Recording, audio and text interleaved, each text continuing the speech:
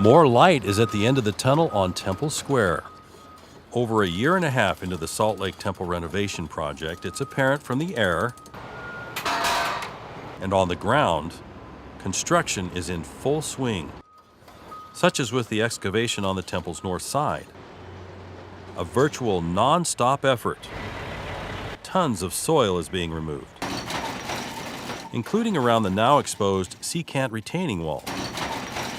An interlocking row of columns with buttresses drilled 85 feet deep. If you look across it, you'll see what's called whalers across there, and they have actually really long steel cables that they drill into the dirt, and that's what holds up the wall. So far, the depth is 65 feet below street level, with another 20 feet to go before construction starts on the new 3-level underground north addition. This inspection should be completed. Working here is kind of a dream come true. Like so many who are working on the temple, Fajardo is passionate about his job. I'm very excited to be here for the next couple of years. I've always wanted to work on a temple. It's been one of my hopes for my career. He oversees installation of new roof trusses, a crucial element of the temple's seismic upgrade that ties the roof to the foundation with steel and tension cables. It stiffens the building stone to the final seismic upgrade of the foundation. Coming down 10, trolley out 2 more feet, 4 on your cable, up, down easy.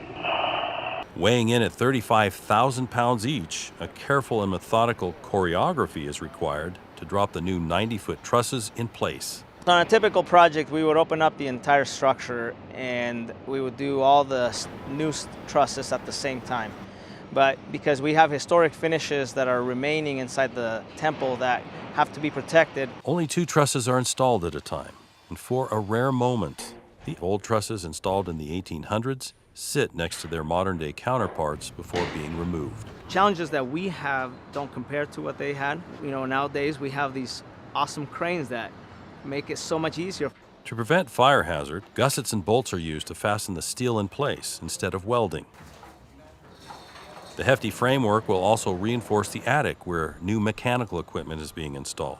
This 8,000-pound air handler unit for the heating, ventilation, and air conditioning system is a big piece of that equipment.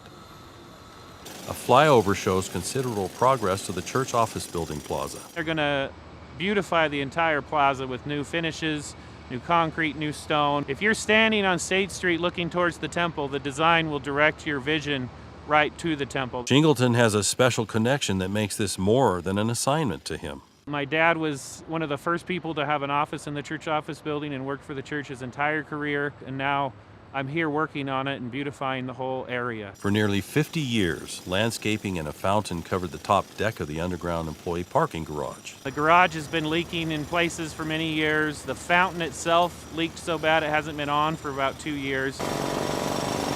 Asbestos, a popular material used in the 60s and 70s, was found in the waterproof membrane of the decking and required abatement. They come in with a floor scrubber and they scrub it all off and scrape it down right down to the concrete.